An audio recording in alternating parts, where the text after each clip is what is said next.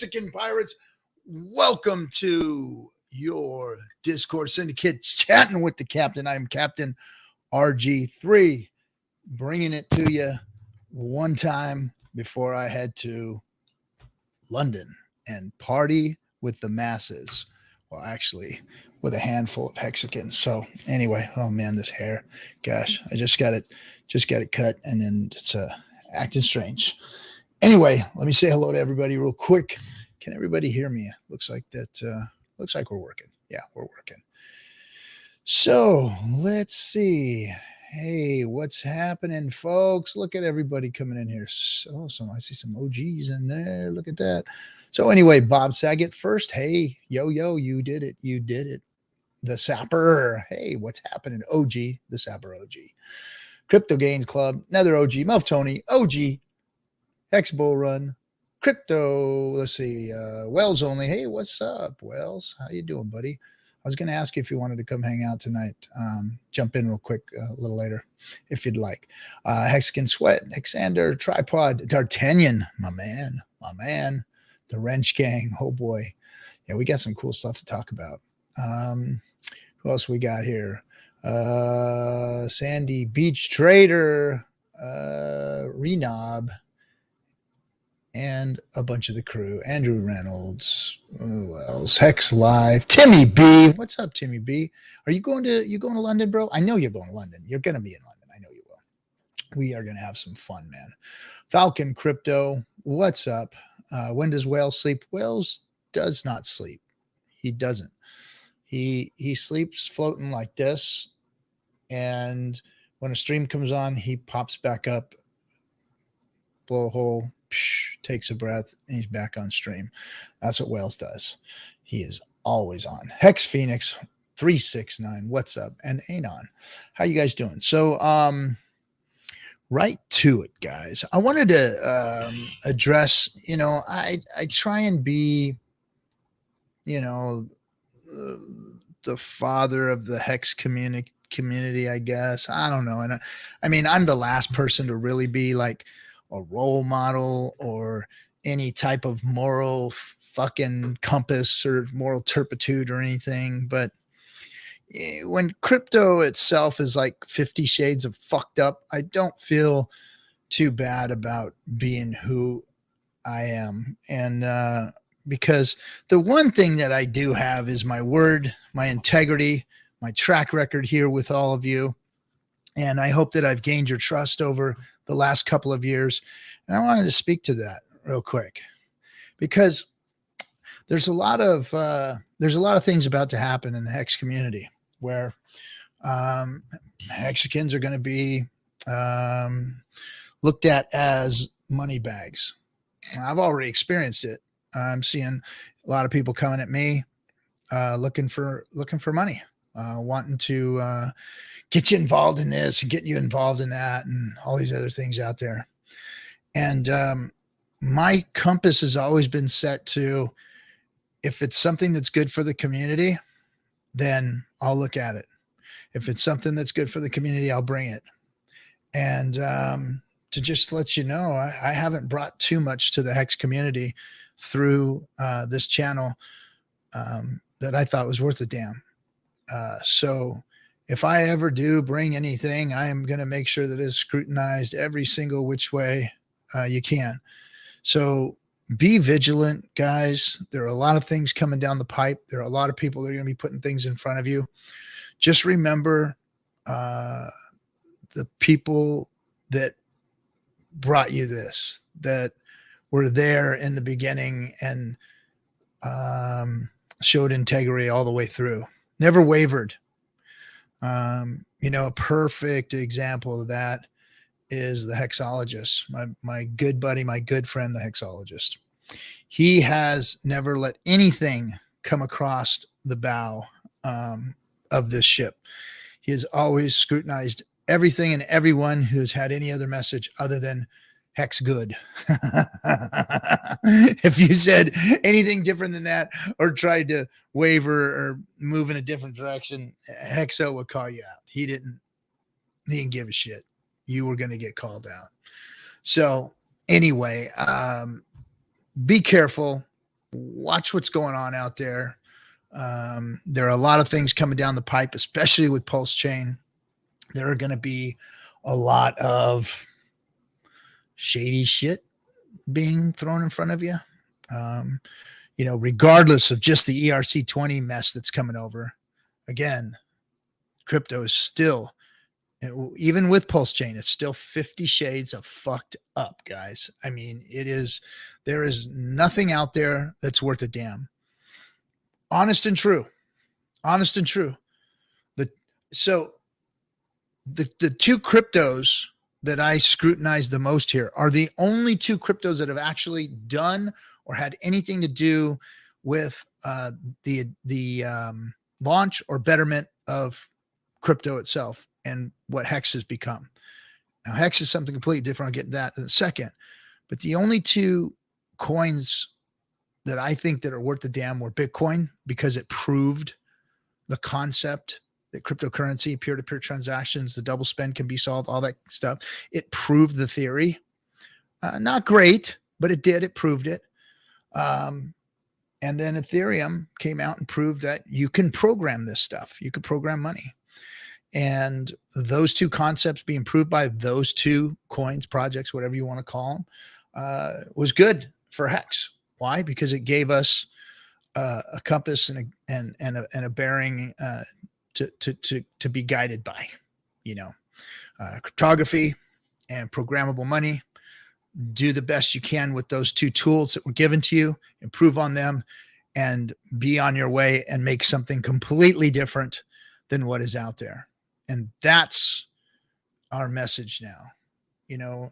Our message at first was, I was a little confused myself, a little mixed up, but what was our message? Because I knew we were different. I knew that we weren't, not only as a community we're different, because that's a whole nother thing too, but we were all different because we were all looking for something real.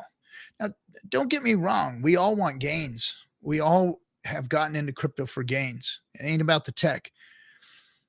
But Hexicans are a different breed because we wanted to do it the right way. We wanted to make gains. We wanted to really make gains. We wanted something substantial that we could hold on to. Because if any of you have been out there for any amount of time, and most Hexicans, like real Hexicans that understand what's going on, there's a lot of people that just got in, and hey, if you got in and you got lucky, hey, right on. Hats off to you. Salute, cheers, all that good stuff. But a lot of the OGs, man, the people that have been around, they were looking for something different, something with substance, because they were played by the rest of crypto with all these promises and all these things that it said it could be. And a lot of the Hexicans that I know, the OGs, the people that have stuck around and really given credence to this community and to these two products and to Richard's message, they were really looking for something different. That's why we're all so like-minded, because we looked at crypto a different way. Still looked at it as gains. I won't ever bullshit and act like we weren't looking for gains, but we were looking for gains with longevity, with something that was going to change the world, with something that was going to fix currency. Not all this bullshit that's out there, memes and fucking pump and dumps and promise you this and promise you that, and 2 years of nothing and rip you off. And then, you get these really, really intelligent human beings that get out in front of these projects and act like they're doing something, and they're not. They're just being puppeted by some people behind the scenes, making money off of it. I'm telling you, man, Vitalik Buterin should be ashamed of himself right now. I know he's a young man and he's got a different mindset than like somebody like me, but he has zero business sense. He has zero business acumen. He has zero understanding of going out and developing trust. He is a horrible business manager. Horrible. He may be a brilliant, intelligent, smart young man. He may have done something great for the world by giving Hex life and giving Pulse a road to guide itself on. But he failed miserably as a visionary founder, business leader. He failed. I'm sorry. Vitalik, brilliant man. You're going to do great things in the world. I'm sure you already have. I mean, I give you credit for that. You have changed the world. But unfortunately, you are not going to, well, you did get to capitalize on it, but you're not going to be able to capitalize on what Richard's going to bring to the world, which is he's going to change finance. Really, honest and truly, this is what's happening. This is not crypto anymore. This is Hex and Pulse Chain. And that's the new narrative, because it's completely different than crypto. Crypto has turned itself into a shit show, turned itself into a circus, a bunch of P.T. Barnums. They should all be ashamed of themselves. They should all just go off and fade off into the sunset with the money that they stole from everybody. And everybody who got wrecked by them, I hope that you have enough smarts, enough brains to climb out of that cesspool and get yourself into the new thing, the new change in world finance, which is Hex and Pulse. That's where we're going, guys, because Hex blows the doors off of any other crypto, and including Bitcoin. It's a better holder of value, store of value. It's better in every way as far as security, speed, throughput, all that good stuff. It's better, and it makes yield, which no other product in the world makes yield like Hex. And when the real financial world discovers this tool that is Hex, then it's game on. The world can start changing and doing better things for itself, because finance is going to be fixed. Because you've always heard that saying, fix the money, fix the world. Well, crypto is that thing that's supposed to fix the money, right? Well, crypto's fucked up. Like I said, 50 shades of fucked up, guys. So fix crypto, Hex, Pulse. Fix the money, fix the world. That's what we're looking at right now. We are on the precipice of greatness. We always have been. Some of us knew that. Some of us really hoped for that. And then as Hex proved itself, we just got more and more excited. They call us a cult. They call us shillers. They call us Richard Hart plebs, all this stuff. But what they don't realize is that we're excited about what we're bringing to the world is really what it is. My excitement comes from a completely different place. I wonder why I get so mad. And I talk to Johnny often because he and I are both, salty old bastards. And except for he looks a lot better than I do with the shirt off. Nice tweet there, buddy. So we talk about, why are we so salty at these people that are coming at us sideways, right? And it's not because they're insulting us. It's not because they're saying that I'm chasing after Richard Hart and plebbing on him or whatever. It's not because I'm a cult and I'm involved in a bunch of, group of pump and dumpers or anything like that. It's not because they're calling me names. It's not because, all of that stuff. It's because I found something great that I want to share with the world, and other people are trying to take it away from those folks that I'm trying to get it to. That's what makes me so mad. And you're right, Renob. They have fear. This is about fear. It's really about fear. It's funny, we get a lot of these guys that come on that are strong and wrong, like that Peter fucking douchebag, whatever his name was. We've had a couple of Peters around here. That one guy that got called out. I forget his name. He's wrecked now. He got on stream with Richard and he came on strong, very strong. He sounded like he knew what he was talking about. He's the guy that was ripping everybody off behind the scenes, borrowing Bitcoin from everybody and whatnot. It's like he came on strong and wrong. And just because you can speak, just because you can get in front of a camera and act like you know what you're talking about and like speak above people's intelligence levels, and act just because you have a command of the English language, doesn't mean that you're a real down motherfucker. Doesn't mean that you're real. And that's what has happened to all these guys. It's that they've been exposed. And now all of crypto is being exposed. All of these talking heads are being exposed. And what I like about it is that this old pirate that doesn't have a great vocabulary or the vernacular to go head to head with them on their technology know-how and all of their other bullshit, I've ate their fucking lunch. Ate it. Stole your girl, stole your bike, put her on the handlebars, and I'm riding up and down your block in front of your house. That's what this old guy's doing that doesn't know how to speak half as well as you guys. Why? Because you guys were lying and I had integrity and I got behind the one thing in crypto that is actually going to change things. I've never had to stand on my own merit, only my word. And my word has been to back this thing up, just like Hexo. All we are is a bunch of goofballs, old Marine goofballs. That's it. And we have integrity, so we bring it to you. And because it's Hex, because Hex has done absolutely nothing to harm one human being, not one, ever, has not gone down once, has not even hiccuped to make anybody have a problem ever. Everything that's ever happened in Hex, hacks, people fighting it out, rug pulling themselves, building things on top of it and bullshitting around. All of those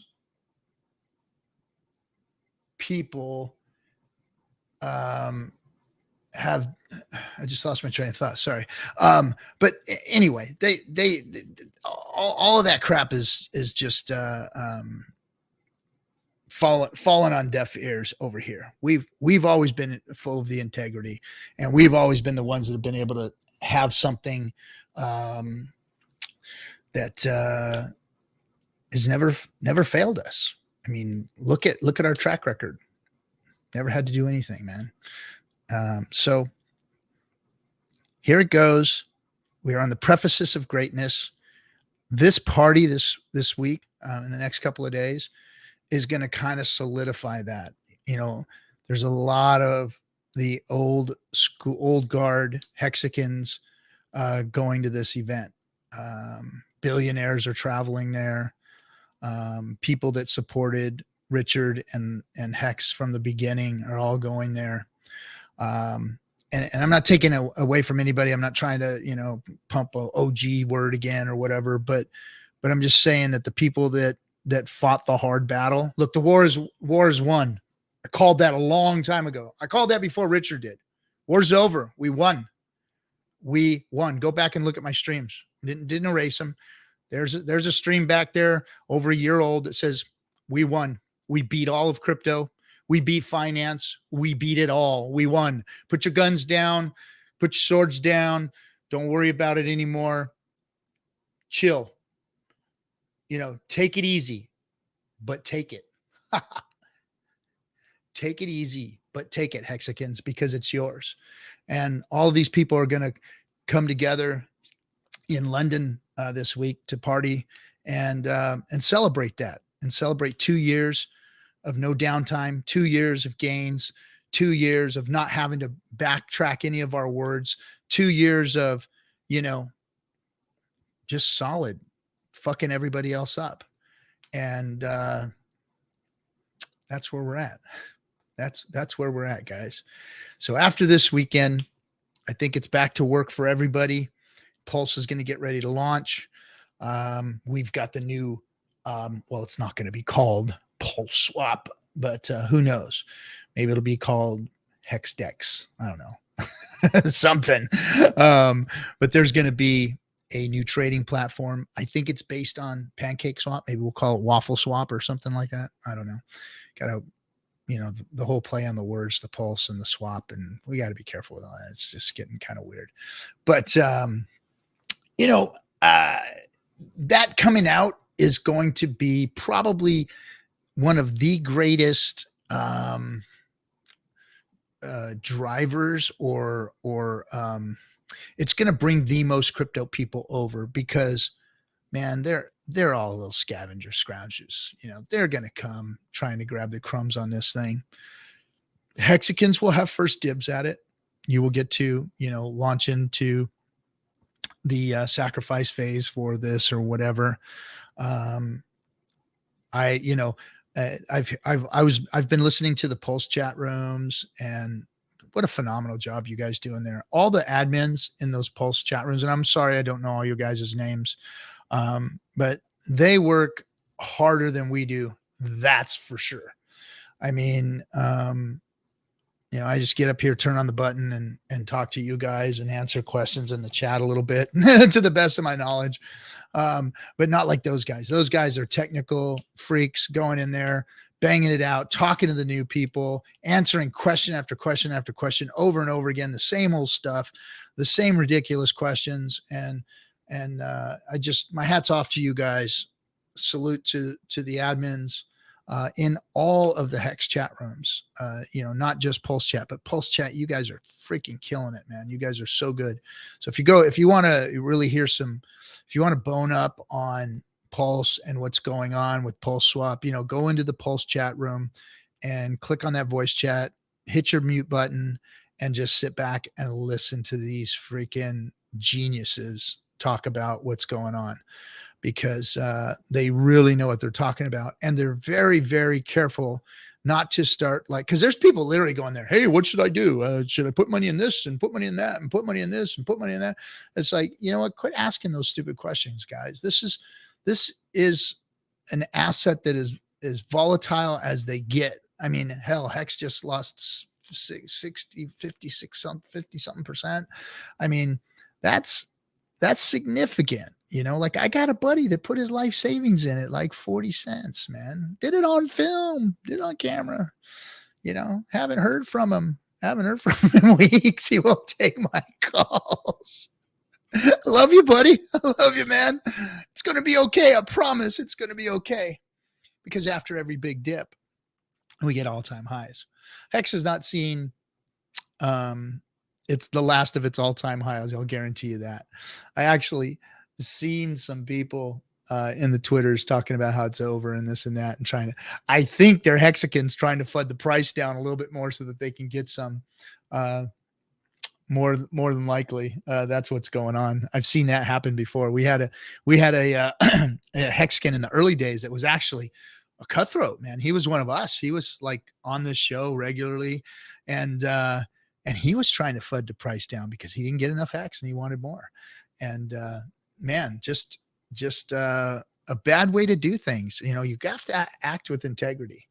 But we haven't seen, for those of you who haven't seen dips yet and you're in this dip right now and you're looking for answers and you're scared and you're worried, don't worry. Don't be scared. The bigger the dip, the bigger the rip. I'm telling you right now, Hex is so solid, so strong. And I think we may not have hit the absolute bottom of this dip here, but I think we're pretty close because you could see that we're going sideways.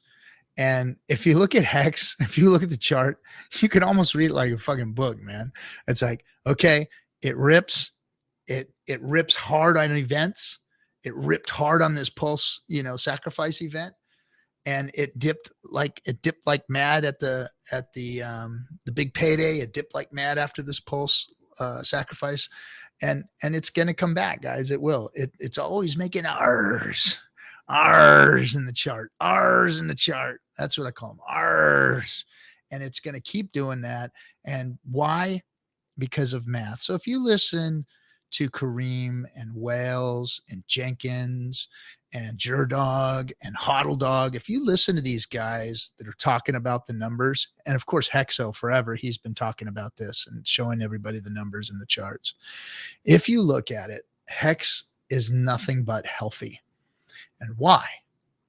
Why is it so healthy? Why is Hex doing what it's doing? It's all about the math. It's that programmable money. It's programmable and predictable. And it's so transparent, you can actually see it. Smarter people will get involved in Hex and manipulate it more. Promise you that. But there's only one way for them to manipulate it, and that's up and to the right. Eventually, there's going to be people taking profits along the way. There's going to be a lot of big bags, big early Hexican bags that get dumped and get, liquidated over the next few years. You're going to see a lot of that. It's going to be volatile for a while. There's going to be a lot of people taking profits. but eventually Hex is going to catch its stride. I don't know when that's going to be. Year 3, 5, 10. I don't know, guys. I really couldn't tell you. But there's going to be a point when a lot of the volatility is gone and Hex is going to be utilized for the tool that it is. See, the tool that it is that it is a yield farming giant. Nothing will yield farm like Hex when it comes to its time locking tool. It's going to be the tool, the interest bearing tool of just about every financial institution out there imaginable. Why? Because it's the only thing that pays out like it does. It's the only thing that's programmed to pay out like it does. There will be copycats. There will be things that try and, but look, all the copycats have failed already. Failed. And why? Because they don't know what Richard knows. See, Richard's really a genius when it comes to game theory, because the way he built Hex, all of the things that they're scared, worried, and afraid of, the centralization of the ownership of Hex, are the things that make Hex great. Bottom line, period, end of story. The things that make Hex great are its centralization. Now, for all of the snowflake crypto fucks out there that need their decentralization, don't worry, we got that in Hex too. The programming, the language it's wrote in, everything is all decentralized, like a crypto should be. The ownership and the business model of something like this is not something that needs to be decentralized. In fact, decentralization in this doesn't work, and it's been proven. Why? Because some numbnuts tried to fucking copy Hex, and he tried to do this decentralization thing, make it look like he was being above board and everything. And guess what? It failed absolutely miserably. It failed. It absolutely failed. Why? Because Richard understands game theory much better than those people do. He understands the reasons why centralization works and where it needs to be positioned within a company structure, within a ecosystem, and he knows where decentralization needs to be put. It's the mixture of both worlds, and it's perfect, and it's proven itself to be perfect, and it's pure and awesome in every single way. And when we were kidding about, and we weren't kidding about Nobel Prize winning shit that this thing is going to do, it really is there. There really is a Nobel Prize in there. It really is. There is I don't know what they call the Nobel Prize for finance or whatever, but it's there. That's what Hex has done. So we told you. We told you. And now it's time for us to party and then get back to work. So if you're new and you're just learning about Hex and you're just coming here, I've got my realtor is, I don't know if he's out there. You out there, buddy? He was texting me a minute ago. He's asking me about crypto. He happened to do a real estate deal where somebody was trying to buy a property, $11 million property in Bitcoin, and they couldn't get the financing done. Couldn't get it done. And then finally, the gentleman who wanted to buy the house, and the gentleman was selling the house. They decided to just exchange the Bitcoin to do the buy and sell. And so they did it that way versus going through they did a private swap. And that's how he did it. So he's been intrigued about cryptocurrency and whatnot. So I'm going to try and educate him more on the ways of Hex and what this means to the whole currency / financial world. I think that the real transactions or the real use case for Hex and Pulse Chain, all the noise is going to go away. So all this ERC20 bullshit and the yield farming and the swap, great. That's going to bring value into it, and it's going to be a circus. And oh boy, people are going to have so much fun for so long. It's going to be so cool. Have at it, guys. Have at it. The old captain's going to go and chase different things and try and make life better for other human beings out there versus trying to, squeeze gains out of trading. I'll participate in some way. I'll put some crypto out there for you guys and some pairs or whatever, and delegate and do all that stuff. I'll do it. I'll participate, but I want to do better things.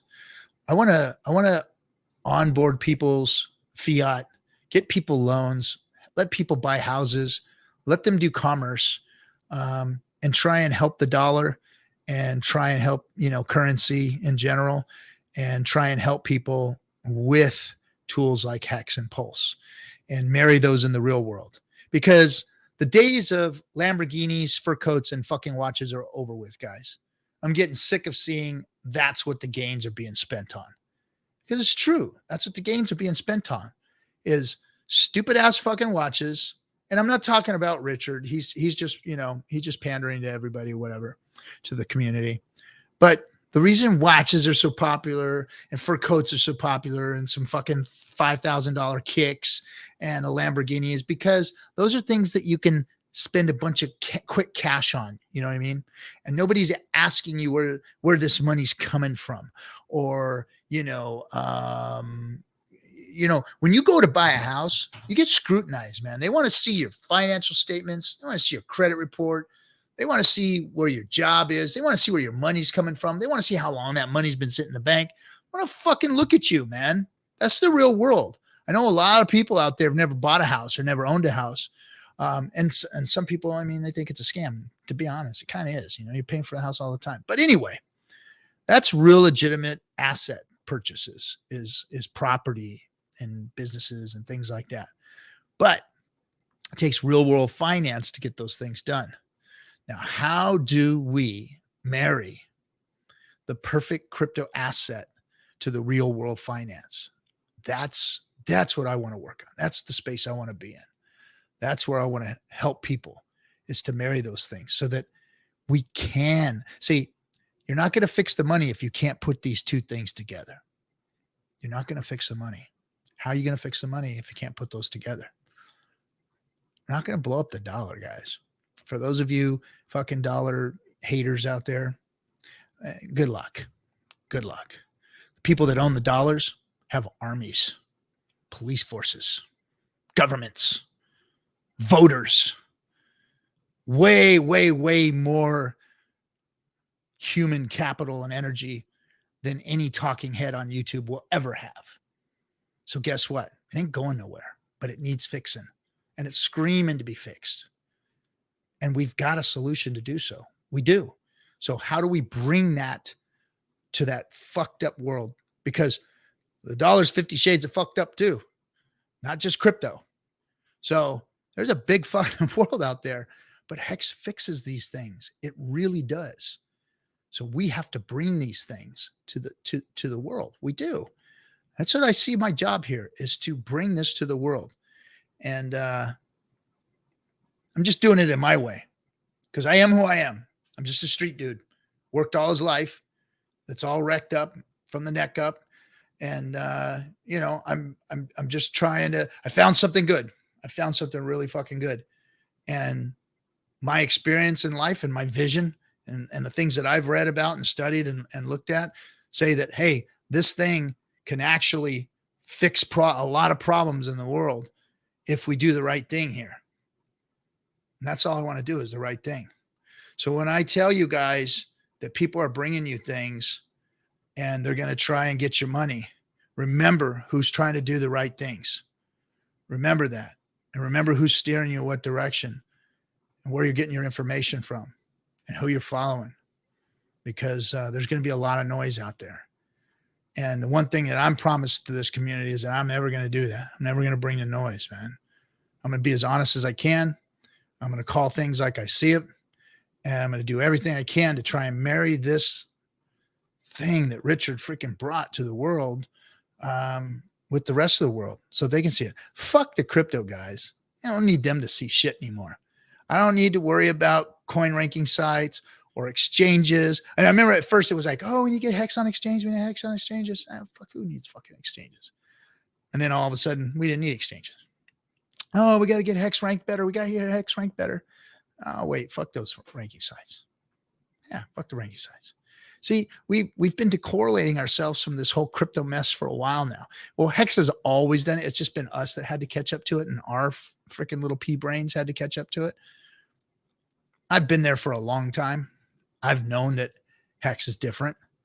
I called it a long time ago. I called the war was over. I called it it had won.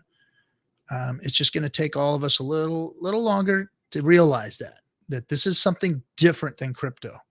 It is cryptographic. It is program money. So it was birthed from Bitcoin and Ethereum, but it is not those things. It's hands down, heads above those two things. And those two things were the best in that space. And that space is a mess. So time to leave all that behind. Leave it all behind. When Pulse Chain comes, we don't have to worry about none of that shit and none of those people no more.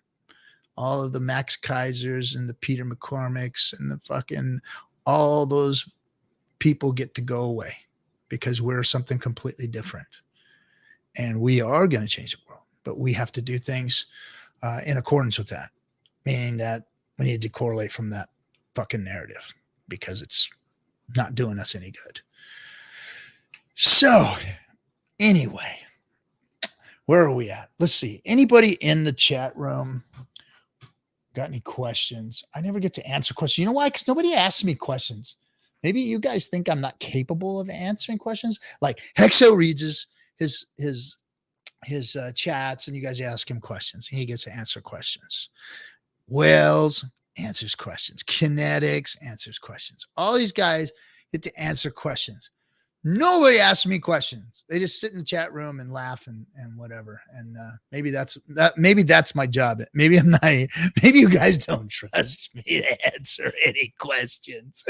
Oh shit, D'Artagnan. Yeah, RG3. How come you're so handsome, man? The praise is great, man. Then you ruin it, make it weird, man. Stop making it weird, bro. D'Artagnan's like been one of my biggest fans, man. Biggest fans, and I appreciate him. And yeah, I don't know about handsome. I'm an old dude, man. I'm an old dude. Handsome went away a long time ago, man.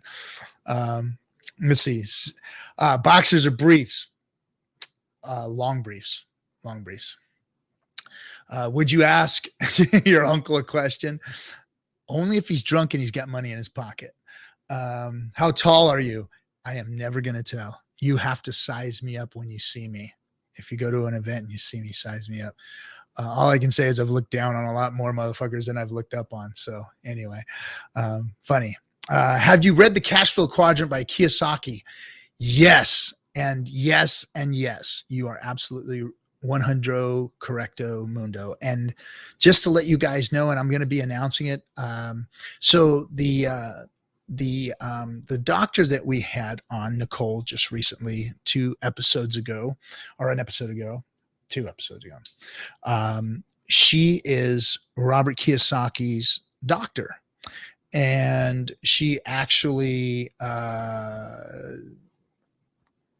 invited me to Arizona so that I could meet with her, get my blood drawn, get checkup. They've got me on this dietary cleanse and a diet. So I'm going to clean up my system. I'm going to go get some tests done, make sure all the pumpers working good, the heart and all that stuff. Get a clean bill of health. I'm good on my supplements. I've got to get my workout regimen back on track and get some more surfing in. But so the doctor, anyway, I went out there and I met with the Kiyosaki team.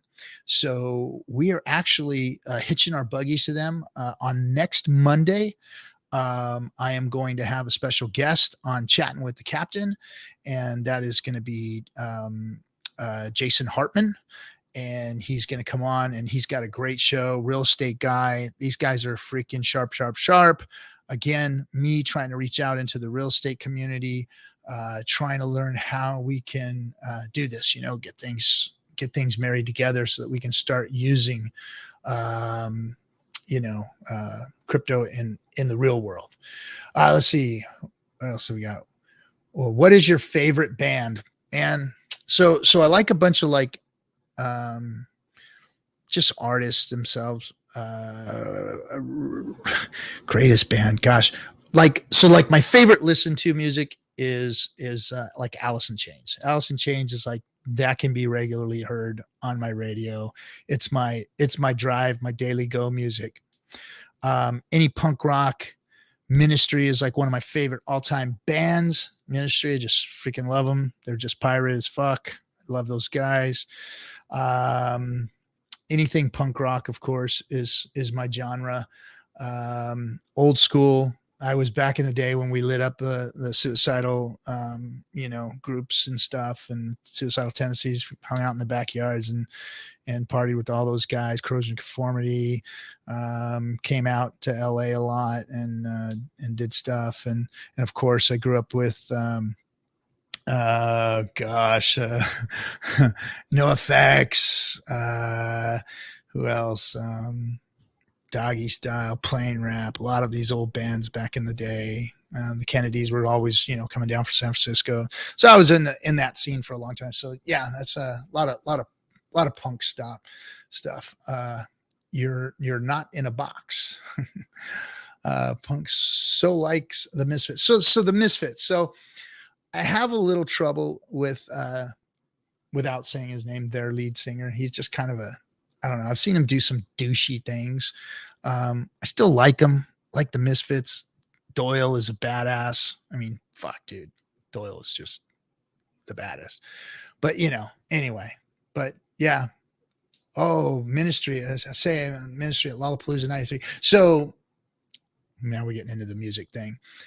Get me off of the subject on crypto. The questions you guys ask here. So you guys, maybe you want to hear a story, but I did the first Lollapalooza. I worked for a radio station called K-Rock. And it had, now K-Rock was like, when I was working there, it was turning into this like Depeche Mode kind of fucking weird, weak ass kind of, sing-songy stuff. But back in the day, man, K-Rock was like Rodney on the Rock. If you guys don't know who Rodney Dangerfield,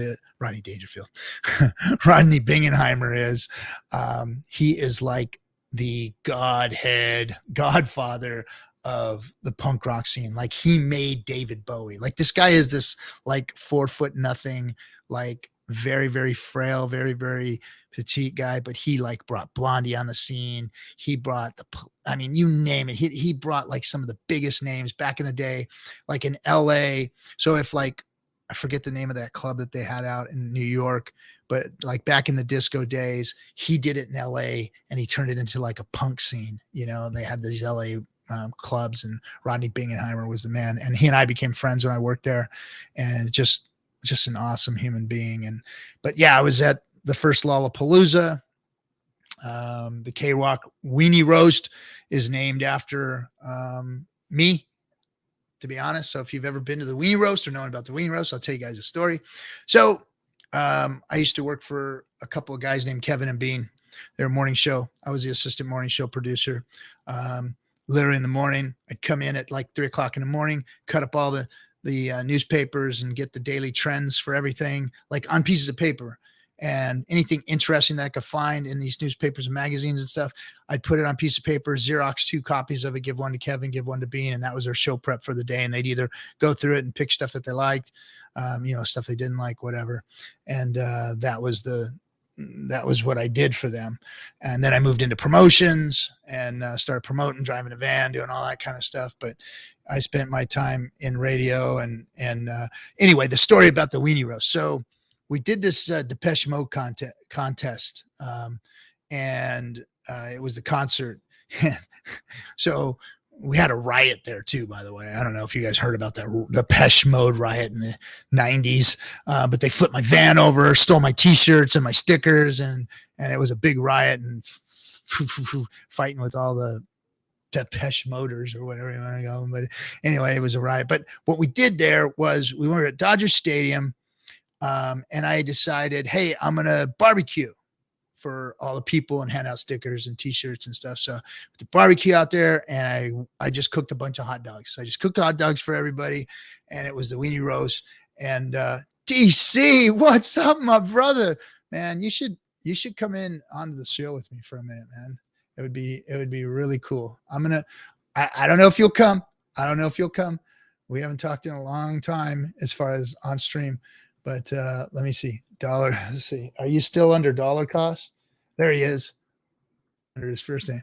I'm just gonna throw it in there. If you pop in, you pop in. If not, so anyway, so I started cooking the hot dogs, and then so it turned into this big thing. It was cool, and then the next big festival we had, they called it the Weenie Roast, and that's how the Weenie Roast at K-Rock happened. I was called Crash. I was Crash the van driver in promotions, and whew, man, some crazy times over there at the old K-Rock. Story after story after story. One night, if you come and hang out with me, you'll get a chance to hear some of them. Some of them I don't want to tell here, but anyway, another thing. So anyway, that was the music days.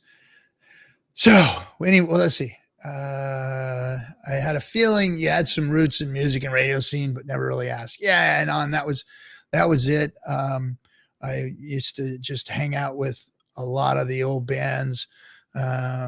It's funny, like some of the people that would hang out at these concerts, like backstage with the K-Rock folks, were like the girls from the Go-Go's. Like they were like not even really existent in the 90s. Like they weren't a band really anymore or whatever, but they were like hanging out backstage. So I was like hang out with those people, and like Iggy Pop. Like Iggy Pop would show up. Like one of the coolest fucking guys on the planet is Iggy Pop. I don't know if you guys know who Iggy Pop is, but man, what a freaking like granddad of just music and punk rock scene and everything. Like doesn't get any love that dude. Guy by the name of Jed the Fish, man. He was a DJ over at K-Rock, but just fucking phenomenal dude, man. Just some of those guys, John Frost, man, I had some really good people that I met. Cause when I got to K-Rock, there was, so K-Rock was under controversy at that time. Like when I got there, it was being bought out by this company called Infinity Broadcasting. But K-Rock was this like fucking derelict, like pay to play. They had a thing called Drugola, was the name of the scandal, was called Drugola. So like the music director was taking drugs to play music, and it was just debauchery. And so this big corporation came in to clean it up called Infinity Broadcasting, which Infinity Broadcasting ended up turning it over to whoever owned MTV.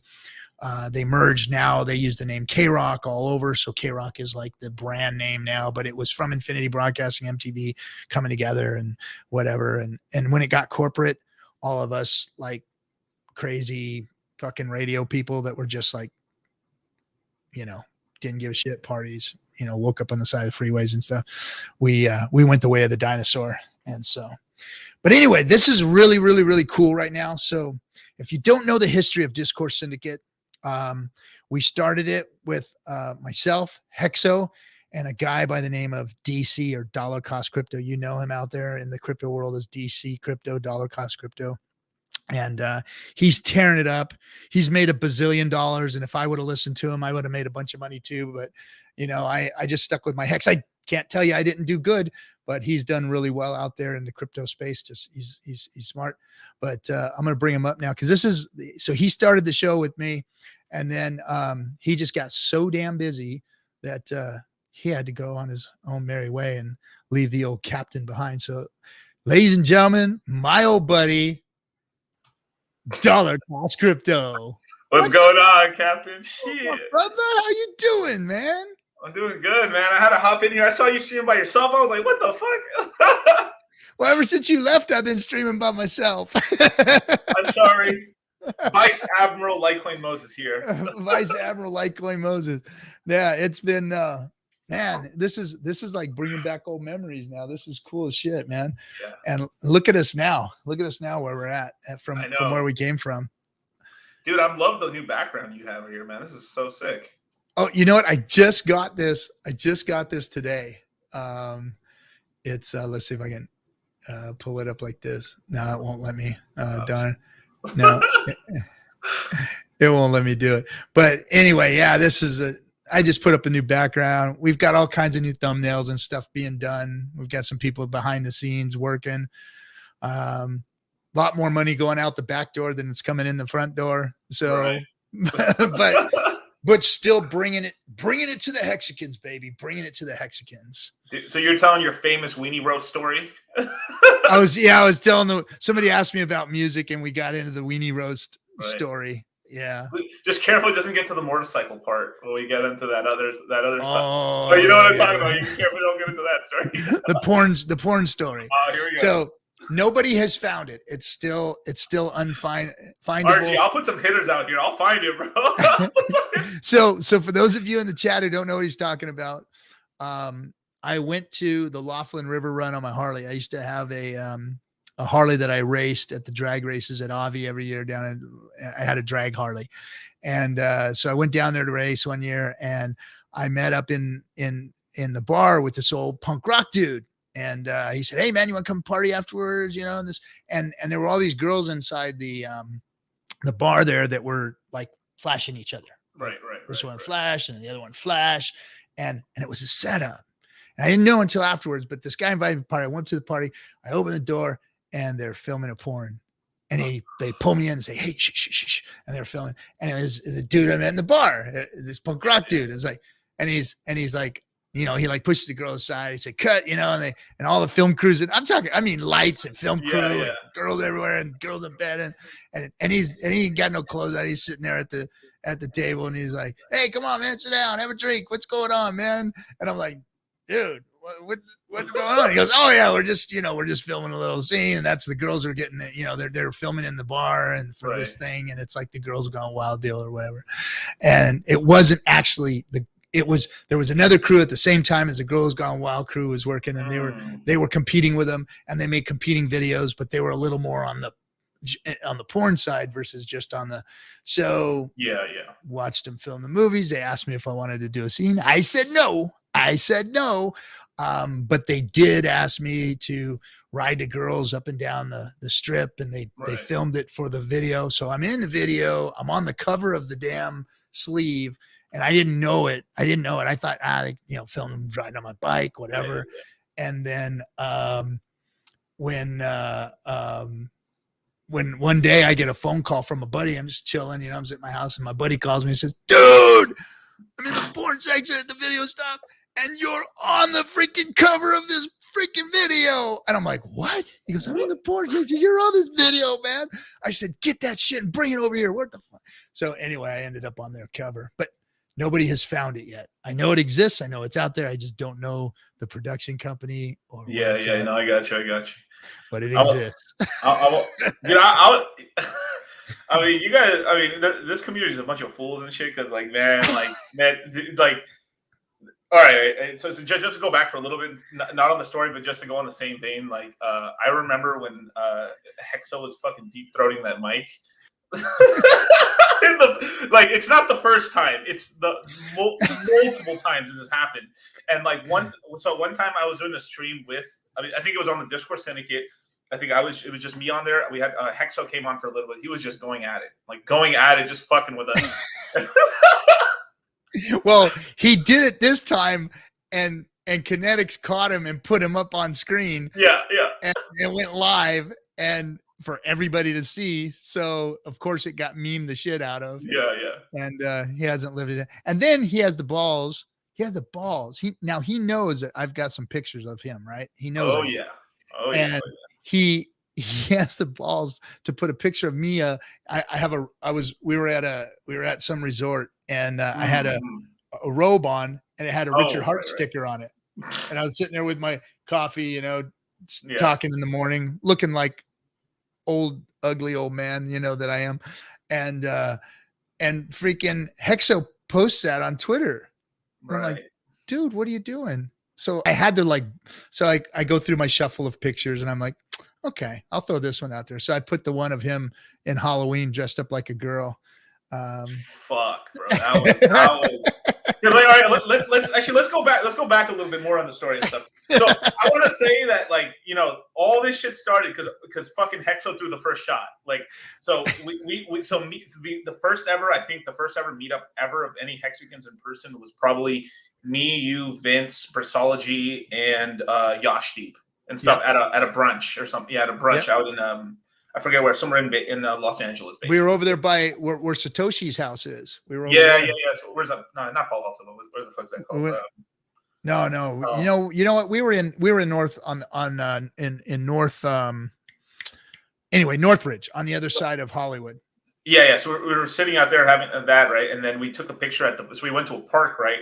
And we were just talking Hex and stuff and everything. Hex wasn't worth shit at the time at all. And we were just like having under fun. A penny. We took a group picture like this, right? And Hexo, being the trolling king he is, he does a little Photoshop to it, and starts this fucking war basically with between Captain and Hexo, and I think it's just been going on since then. So I will say that it was Hexo who threw the first shot. Basically, I'll just say that much. But yeah. He what's funny is that joke has never died. It has never died. I mean, I'm not like your height. You're like what, 6'4"? No. I'm 6'1", dude. I'm 6'1". You're 6'1"? No, you're bigger than that, dude. Come on. I don't. I'm not like measuring myself. I know I'm 6 foot. Yeah. Damn right, you're 6 foot. I mean, you're more than 6 foot. But anyway, DC's tall. And when I came and took the picture, I was standing next to him and I leaned into the picture, so it made me look like I was shorter than even like Yashdeep. And so then Hexo, of course, shrunk me even more. And then before I knew it, people were like shrinking my legs everywhere I went. Every picture I took, they were shrinking my legs. And that's how the war on that one started. Right. But what's funny is every time I go to meet people, they're like, oh shit, you're not short.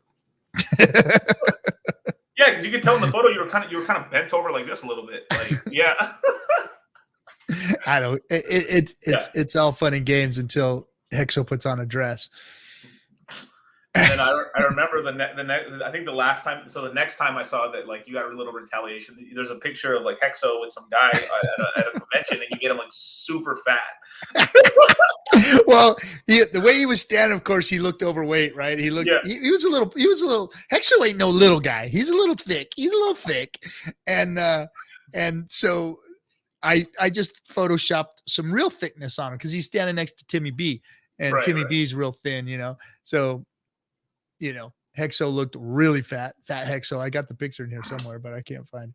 But anyway, we gotta make a thread of all this shit. This is fucking. Ace had such a great comment. With friends like that, who needs enemies? Oh yeah, that's just the shit that goes on in public. There's a lot of shit that goes on behind the scenes too. Yeah. So we're all going to London. My guess is you're not going to be making it out to London. No, but I might be able to get out to the New York meetup possibly. Oh, okay, cool. Yeah. So yeah, just all the plus I got my girl. She's a little kind of fucked up from a surgery, so she can't really travel. She was going to go with me actually to London, but then with all the the self quarantine you have to do and stuff. Yeah. But we can still talk about it. We'll see what's up. We'll see what's up after here. Yeah. Right on. Cool, man. Well, it's good to see you, dude. It's good to see you. How's all the streaming going over there? I know you guys are kicking some ass, man. Yeah, it's going really good. I'm just trying to get into a good flow of streaming and stuff. Yeah, just on no sleep gang, basically. Just trying to get my sleep better and my health better and stuff. I'm down quite a bit of weight as well. I was really fat. I let my weight get out of control and stuff for a few months there, basically. Like, yeah. Yeah, that's what I did. I had this doctor on just a week ago, and we were talking about health because I mean, this stuff, we've been burning the candle at both ends for the last couple of years, and you being an entrepreneur, working your business, from sun up to sundown, and then crypto in between until you pass out, and then wake back up, sun up to sundown, work, and it's tough on your body too, and I think that's one thing that entrepreneurs and people in crypto that burn the candle at both ends need to realize. They need to take care of their health. And so I had this doctor on. She's Robert Kiyosaki's doctor. Oh, okay.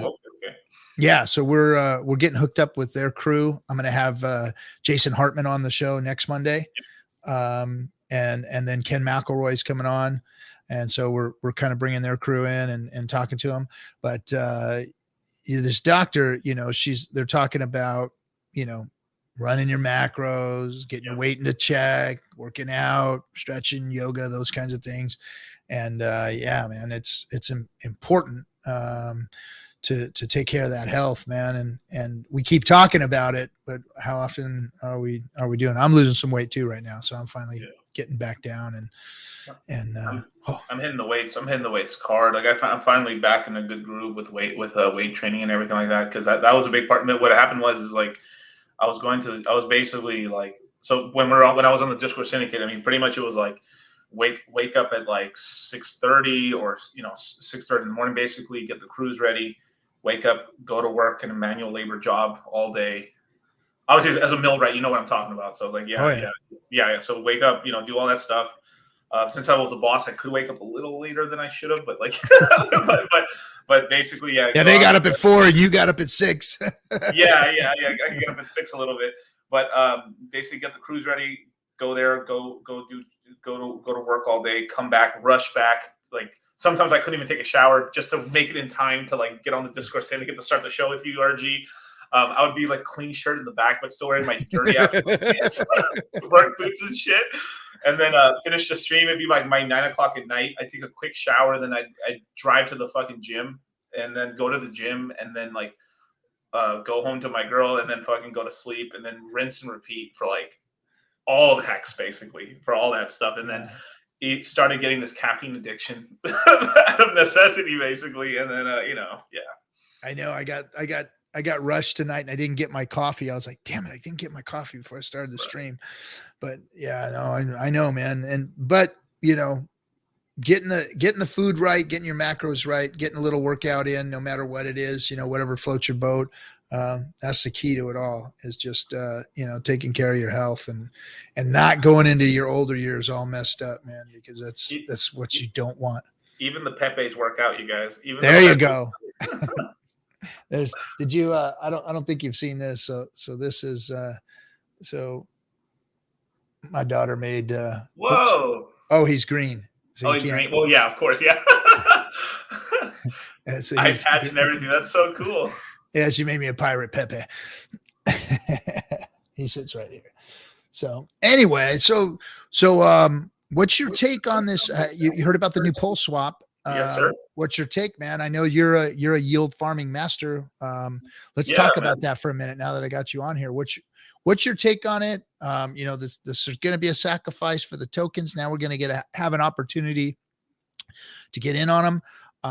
I've always been of the opinion that those tokens, however valuable they may be, for some reason, the chain token that they're on happens to always do better. If you look at history and you look at all the others, they always do better. So what's your thought on that? You gonna get a bunch of these, or you want to just pulse? I'm gonna dabble. I'm gonna dabble. I mean, come on, you're like a pulse chain shitcoin that's gonna be the main shitcoin. I mean, fuck, and I'll jump in, of course, but I'm like obviously not as heavy as like pulse chain, obviously, right? Yeah, but native token's always going to do better. Is my so you almost have to compare it like BNB token versus Pancake Swap token. It's a 9-day difference, right? Like obviously BNB token, obviously does have its entire ecosystem and stuff, but the same thing with Hex with the Pulse Chain token. So it's just going to be a sort of a grind. So in terms of like what I think is going to happen, I do expect there's going to be a nice price rise on that token, and at some point there's going to be sort of like a point where it's going to just flounder and just sort of get inflated away. I have to see how the supply comes out, but obviously if you're yield farming, let's just say something like Hex to Pulse, or maybe Chainlink to Chainlink or something like that, or Chainlink to that or this, or stablecoin to stablecoin, right? There is going to be an emission of essentially tokens, right? So if you have something like a 40% or 200% APY that gets paid out on a second by second basis, depending on how much money you have on the pool, you're going to have a ton of inflation or a bunch of that token. So what's going to happen is people are just going to keep dumping it for tokens and stuff. I mean, for Yeah, because cash. it's not going to have as much value to people as the native token or Hex Correct. or any of the other ERC20s that it's going to be. So you think it's going to keep, Yeah, it's gonna slowly over time. It's just gonna stagnate for a bit, and then a whale pump, and then like that. It's just going to be a lot of that. But during the beginning, of course, it's going to have a nice rise because even though there's a ton of inflation, there's not that much coins, and then more people are onboarding to it. So for the first, for the good first 3-4 months, it's going to do pretty good in price, and then it's just going to stagnate basically because of inflation. So it's just like the U.S. dollar. Like there's not many, like even though they're inflating the dollars, and there's not that many dollars, so demand's high. So the price is going to shoot up pretty nice on it. And then what's going to happen is, at some point, everyone who wants it has access to it, and then inflation starts affecting it a little bit. So we could just get a slight increase to like kind of flatlining on the coin and stuff. But that's kind of what's going on with that. But knowing Richard, he's probably going to add some cool tokenomics. Whoa, what the fuck? What just happened there? What the hell? You're still with us, so you're good. Yeah, I'm sure he's going to add. Oops. I lost him. Maybe he lost us. He was still there, but he lost us. Maybe see if he comes back. If not, I'll give my 2 cents on it because it's something I'm interested in too. This yield. Oh, there he is. Let me bring him back up. There you go. You back? I can't hear you. You can't? Oh man, wait a minute. Is it me? Can you hear me? I can hear you.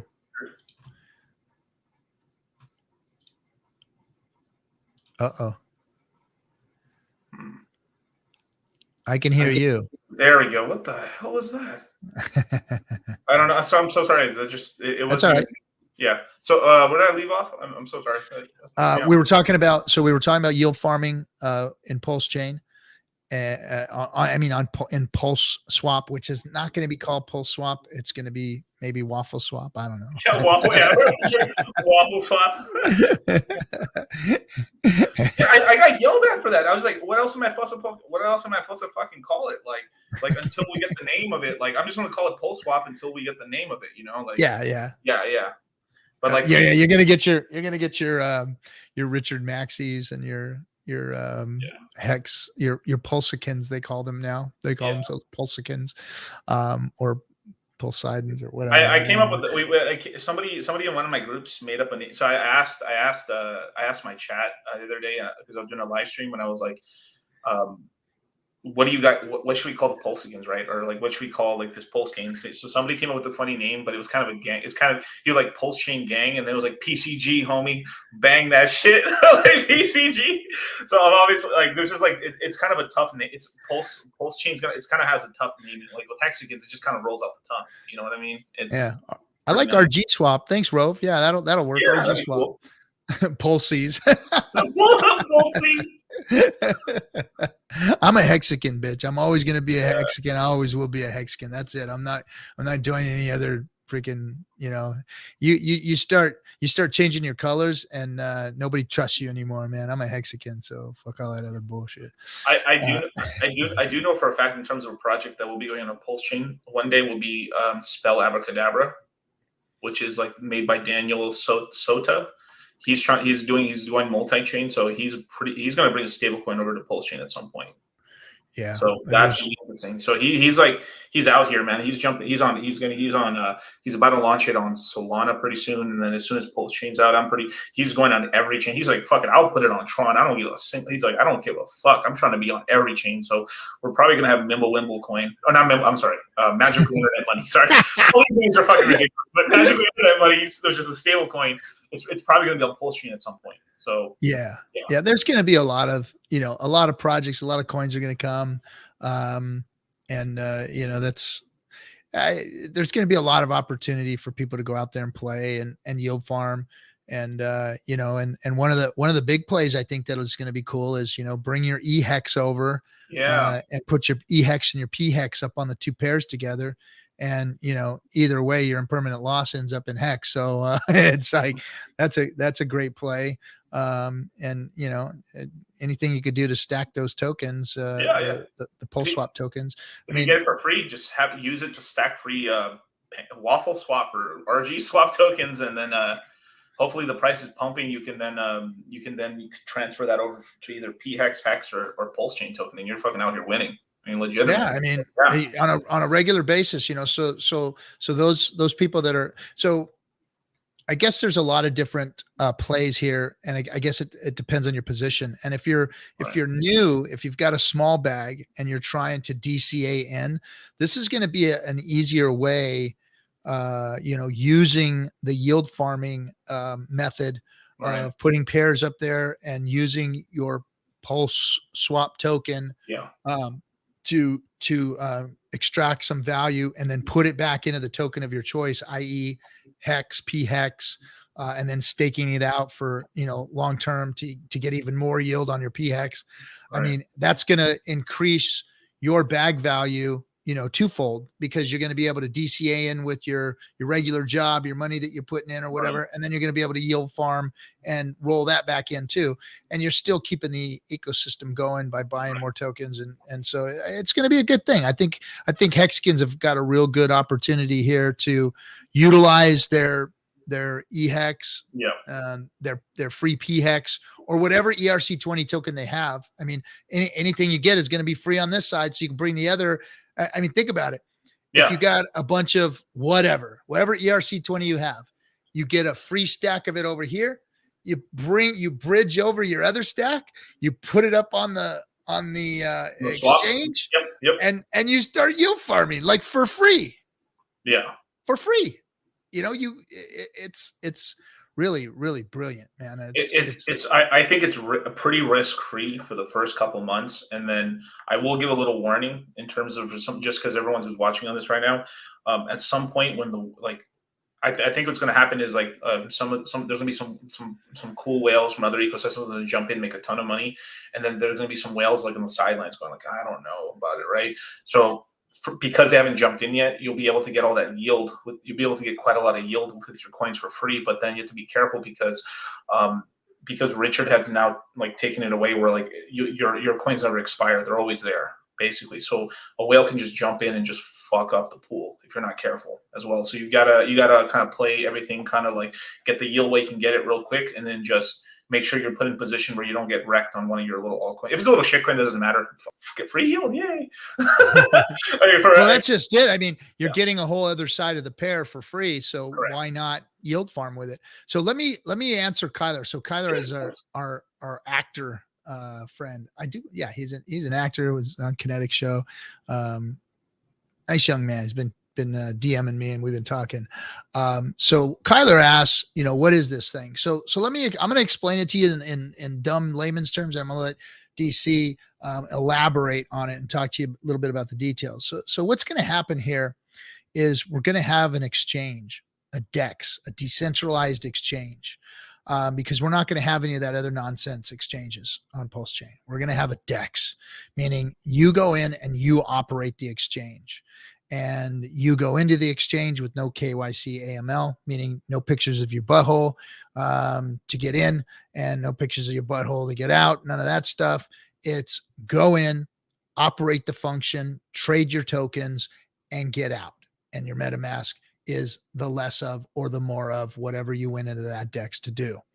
Now, where does the liquidity come from? The liquidity comes from other hexagons, other people on the Pulse chain, other people from the Ethereum chain, bringing their tokens and creating pairs. Because what happens is when you go to an exchange, the exchange itself creates the pairs and puts the liquidity up. They have liquidity providers that they, use or whatever. And who knows how it gets up there. It's mystical, magical, code that happens. So there's just liquidity up on these exchanges, right? So, the liquidity is provided by the community. So the community, when you go and you want to be a liquidity provider, you go up to this exchange, and instead of exchanging, you put a certain amount on one side. Let's just say it's EHEX, Ethereum hex, and PHEX, Pulse hex. You can put both of those tokens in equal amounts up on the exchange, and then they'll trade, and people can trade your two tokens back and forth. Now, what happens is as that pair is getting traded based on the value that you put in there, you're going to be getting some of those fees. So some of the fees are going to be paid to you for all of those transactions all those fees will be paid to you in this new token. We're calling it Pulse Swap right now. Who knows what it's going to be called? Richard said it's probably not going to be called Pulse Swap. So you're going to get paid in this Pulse Swap, and you can do whatever you want with it. And there's going to be pairs with that Pulse Swap token too. So you can put the Pulse Swap up there, and it can trade against Hex or eHex or pHex or USDC or whatever. And this is what's going to give people value, is these trades going back and forth. And this token is going to be what's being paid out in yield farming. That's what they call yield farming. So you're going to yield this token from you putting liquidity up onto the exchange. So they're rewarding you for being a liquidity provider, for putting the liquidity up on the exchange for people to trade with, because we are not a centralized exchange. The community is putting the crypto up on the exchange.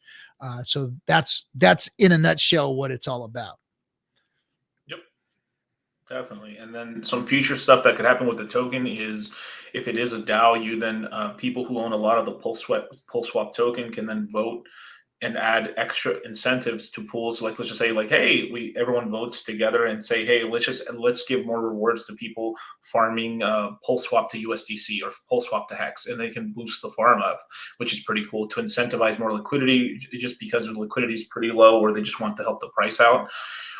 Future things that could happen if they are copying sort of the pancake swap model is projects could launch on Pulse Chain Swap, and you have to use the Pulse Chain Swap token to then buy to get into like ICOs or IDOs, basically like a launch pad in a way. So there's going to be a lot of interesting ways to do it. I'm not entirely sure because it hasn't been really said if it's going to be a DAO or not, but there's voting stuff you can do with it, or as well as, because it's going to be a governance token on top of that too. The revenue, and so if there's probably going to be a pool to stake it in order to get the revenue of the platform, like RG3 was saying, as well as there might be an inflation reward as well to incentivize people to lock it up, so they don't sell it too much down, to help hold the price up and stuff. So I'm pretty sure Richard's got a lot of stuff cooking in the background with that. Oh so yeah, he's probably got some tricks up his sleeve with it, because it is versatile. It's very, very versatile because it's a governance token. So you can do a lot of different things with it. So it's going to be interesting to see that. But one of the big things is the liquidity rewards, the governance as far as the rewards go. Like if you want to really pump a token, a coin, or you want to pump a project, something that you want to, like bring to light and put some reverence on, you can offer more rewards, or people can, vote on getting more rewards for that pair. Dual yield. People, so people want to so you're getting for your transactions, you're getting one Pulse Swap token for every transaction, whatever.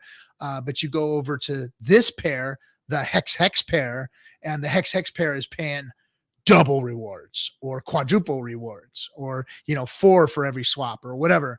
And that way you can so there'll be different values in the different yield pairs that you can put your tokens on, or your liquidity into. So it'll be cool to see how they use it, and knowing Richard in game theory, and he is the master of it, he's probably going to do some really cool stuff with it. Oh, dude, definitely. Imagine we make Captain Coin, and then Captain Coin paired with like Waffle Swap token, and then you're earning a dual yield of 100% our APY on Waffle token, and then you're earning another 50% APY on Captain token. So you're earning, that's a lot of yield, so people are, so this is like what incentivizes to keep the kind of the price of the other, because while one half of the tokens of, dude, the name Waffle tokens just sounds terrible, but I know I should have said that. I was like thinking pancake swap. I was like, oh, okay, Waffle token. Sounds like Nimble Wimble. Yeah, Who's it's gone token. But it's really, what's cool is it's going to be probably the biggest yield farming opportunity that crypto's ever seen, because there'll be so many pairs that'll be available. You're just going to have your choice of whatever, man. I mean, it's going to be insane. Yeah. I mean, because like when Matic first launched, like there was a very small amount of, tokens that you can swap around in there, and yield farm on. This is going to be massive, just absolutely massive. No, definitely and stuff. And then, damn, it's gonna be crazy and stuff too. Is especially as projects start launching on there, we can start getting because I think after a couple months, once Pulse Chain's live, we'll start getting like some smaller like gaming tokens as well launching on Pulse Chain for the cheaper fees, basically. Because like some of these guys developed their gaming thing to be all just on Ethereum, and then now are coming out and being like, oh crap, our game doesn't work now. Well, it will work on Pulse Chain. That's for damn sure. So pretty cool sort of stuff. And obviously I can see a little shitcoin gaming token pairing up with Waffle Swap pretty easy. So I haven't been able to do my own research. So this is like a question that I would, hit you up in the afternoon. Yeah. Hey dude, what's going on, man? Hey, so my thoughts are, whatever's getting fucked over on Ethereum right now because of the fees. I mean, everything is, but some tokens like Hex are getting a worse shot than other because of the computing. Yep. So what tokens out there? Because I think that if you're going to yield farm, and if you're not just into, Hex and Hex, or Hex and the stable coins or this swap token, what would be some of the other projects out there that people you think are going to be, who's going to love Pulse the most of all of those other tokens out there? I would say money markets, some stable coin projects. What do you call it? There's going to be some algorithmic stable coins. Be careful, but algorithmic stable coins, we're probably going to end up seeing some Olympus DAO forks at some point as well. So that means like stuff like Wonderland Time and things like that. Wonderland Time will be on Hex at some point. I mean, no, you know what I mean? Pulse Chain. And there's too many names now. God damn it! But like I catch myself. Dude, I could give a fuck less about the ranking sites nowadays, but they're gonna have a hell of a time with this, man. I know. It worked for them. I mean, it's gonna be pretty tough for them, man, to manage all this, and I mean, I'm sure they'll get it. I mean, it's just algorithms and stuff, but still, they've got to, or what do you call it, APIs. But they still got to manage it all and revamp their sites and add, drop downs for Pulse Chain, all these different, Yeah, there's going to be all kinds of stuff like that. I mean, I know, you'll probably see projects from like something like a Phantom jump over here to Pulse Chain and stuff. And what you're going to see is like what I'm starting to see right now with a lot of the L1s is projects that have left, like they've already left to Solana or AVAX and stuff like even like AVAX. I'm already starting to see some projects complaining that the AVAX gas fees are starting to get kind of high for them. Nothing crazy, but like, $5, $6, $7 per transaction when they're used to like a penny, right? And they so if you program all your transactions to your fees to be like, okay, this game will work really well, or this project will work really well, and do a lot of complex transactions, but it's only going to cost a penny, so it's cool. But when it goes to $5 and you're doing like 15 transactions in one thing, you're like, oh shit, it's starting to get expensive for the protocol because they're the ones paying the bill half the time. So like, oh shit. So we'll start seeing is like they'll still be on a Solana or an AVAX, but then they'll have like hey, here's our portal on Pulse Chain, and then magically you could see 80% of the capital flow. Like a portion will stay on the AVAX, but a huge amount will go this way, and then you'll see the average user just basically bridging over and stuff. I mean, I know AnySwap is going to have a Pulse Chain bridge. AnySwap's pretty much become the biggest bridge in all of crypto already. So really, yeah, AnySwap's the biggest one, straight up. Just like if you look at AnySwap, there's a website called DeFi Llama. I can throw you the link if you want to. You can check it out. But basically, if you look on there, AnySwap is basically the biggest swap right now. Trust Wallet, I think they're affiliated with Trust Wallet as well, if I remember correctly, which is Binance Chain as well. But DeFi Llama, you can sort of see like the how much billions of dollars are in each blockchain and stuff, and any swap is pretty much connected to Arbitrum, to everything else, Solana and stuff and everything like that. So it's this whole thing where like there's these certain projects that are chain agnostic, where they're like, they're trying to get into everything because they're at this point where they don't even know what'll win. But what'll happen is, because they bridge to us, as people start playing with our ecosystem, they're like, oh, dude, it's really cool over here, and money starts going this way. So that it becomes this whole competition of chain competition. And this is what I was saying. I actually had a stream earlier today with Big Pep, where we were talking about like what's going to happen is Pulse Chain is the most nimble. Is the most nimble of all the chains, of all these chains, because we can basically copy pasta any upgrade from any Ethereum virtual machine compatible chain. And if, let's just say, Ethereum gets an upgrade that's really good, oh cool, we'll update that on Pulse Chain. But let's just say Ethereum updates something that's pretty stupid, we're like, no, we're okay, we're going to skip that one. And it's this whole thing where we can we're having almost like 75 to 85% of our upgrades being developed by other chains, and then we can develop something pretty advanced. So it's like we're so much more nimble. Let's just say, for example, we upgrade to something that we think is correct, and then we're like, oh crap, this doesn't work. We can roll it back, or we can take it off and just go back to the way it was. And it's not that big of a deal, because someone like Richard could say, like, you know what, that upgrade didn't really work for Pulse Chain. Let's just go back to this one. Yeah, and then we just jump over. Where somewhere like a Solana or an Avalanche, or in some deep shit, if they upgrade something that's not bad, because it becomes this whole, because once they upgrade to something, it's like really chunky for them to like go over. Because that's what Binance did, right? So Binance did the same thing, and then Richard kind of used that model that they improved on already and took some of their stuff. And like you said, now every time he upgrades, he can go, oh, that was a good one, we'll take it. Or nah, we don't want that. It's not doing too good over there. We don't need that shit. That's wow, it puts us in a real big position of power. You know what I mean? Right. It takes our development costs way down too. So by we, I mean the Pulse Chain ecosystem can spend their time upgrading towards something that a really like crazy sort of like really cool upgrade that could take us to the next level, but still having all the minor upgrades essentially just being paid off by everyone else, basically. So like it's pretty fucking cool. And then so we can sit back as a chain like this, like choose our own adventure. Let's go this way. And because like Richard's pretty he boasts a lot. He's a cool dude and stuff, but obviously he can say like, oh fuck, I was wrong. Okay, let's just go this way, and it would be just a two-step, and then that's it. We just keep it moving.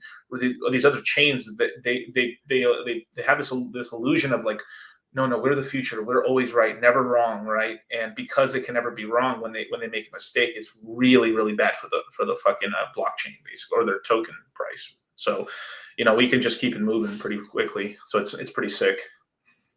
Nice. Ewok says, I heard BNB chain is having some major issues. Things aren't syncing or staying in sync. Can you confirm that? I don't know.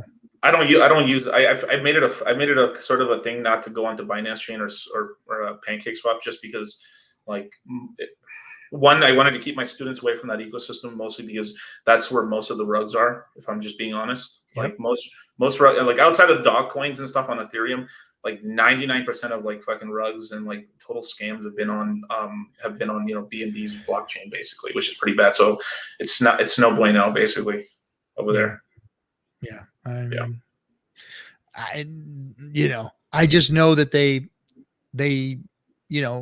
improved on the technology and moved on and did their own thing. I mean, whatever they gathered, and you're never gonna, if you have a chain and people are gonna operate on the chain, you're never gonna get rid of the shit, right? I mean, crypto is just full of shit.